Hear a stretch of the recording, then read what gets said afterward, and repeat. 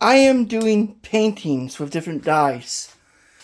Methyl violet, dimethyl yellow, acid fuchsia, and I also have congo red. And I'm going to be showing free paper results, but free papers and trays, plastic trays that I'm going to be using. This is what I did before.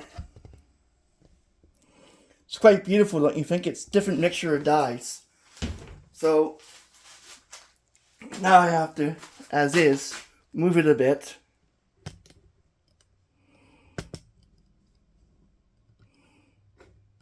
Now, as you can see, I'm putting on my safety goggles and glasses, and I'm going to put in methylene, malachite green at first, a few drops.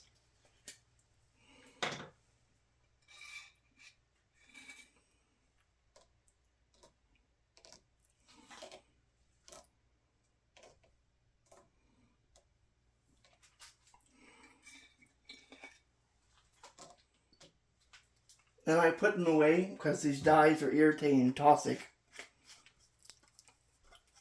And then, can you see it now?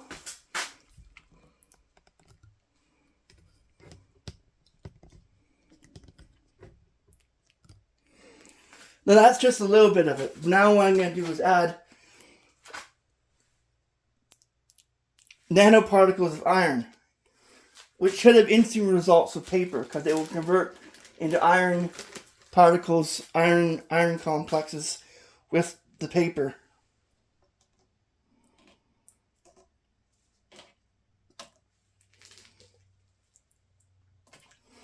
All these chemicals are moderately toxic and require protection. Even though I'm not wearing gloves, I recommend you do.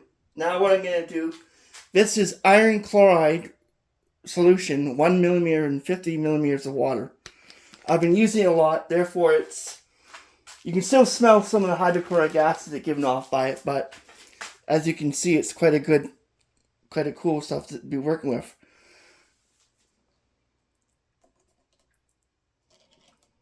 Oh, wait, look at that. It's changing color with the iron, with the nanoparticles.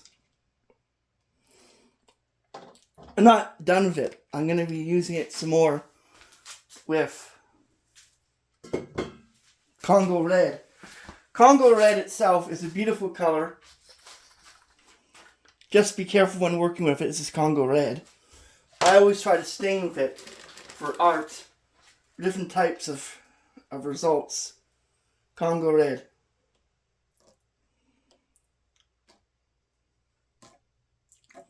I just pipette small amounts.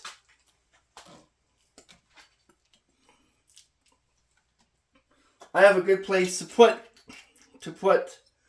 these pipettes too. You have to have a good place to work with it, and some dye will get on you.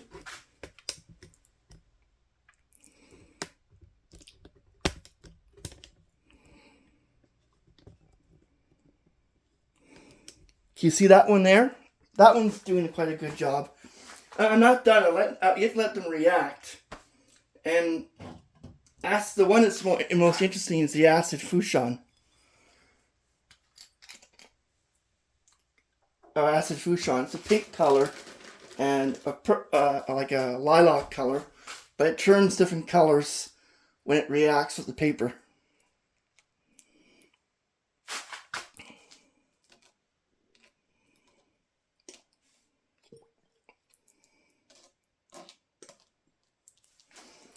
Close the lid so I don't get any on me because it is dangerous stuff. Now, as you can see, can you see it now? I think this is very beautiful, and this will change color. And this is the iron nanoparticle right here. It does look pretty good. And if I tilt this up, I can show you what you can get just putting random dyes. What I'm going to put is Alizarin Yellow in 5% acetic acid. It should have an interesting result if I just put some pipettes like this, draw out the solution,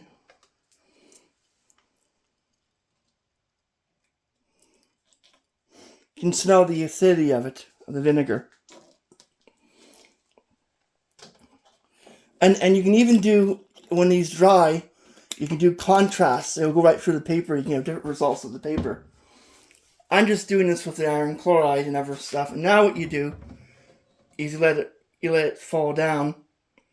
Because the different dyes can have different results.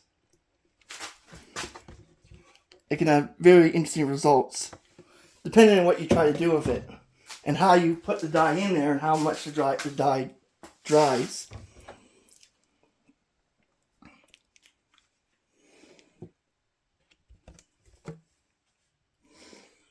I like the middle one the most, but I'm gonna shift it a little bit downwards.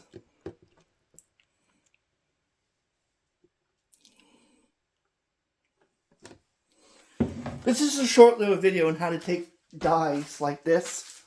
Congo red, methyl violet could be used. In fact, I think I'm going to add some methyl violet to one to give it some more contrast.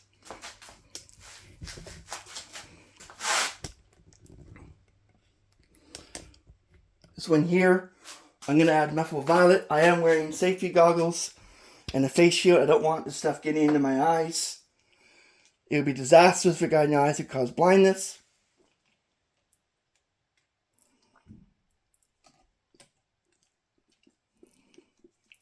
There we go. There, I'm putting the pipettes into a small cup, so I have them. It does get on me, but I recommend wearing gloves. But I can just wash this off.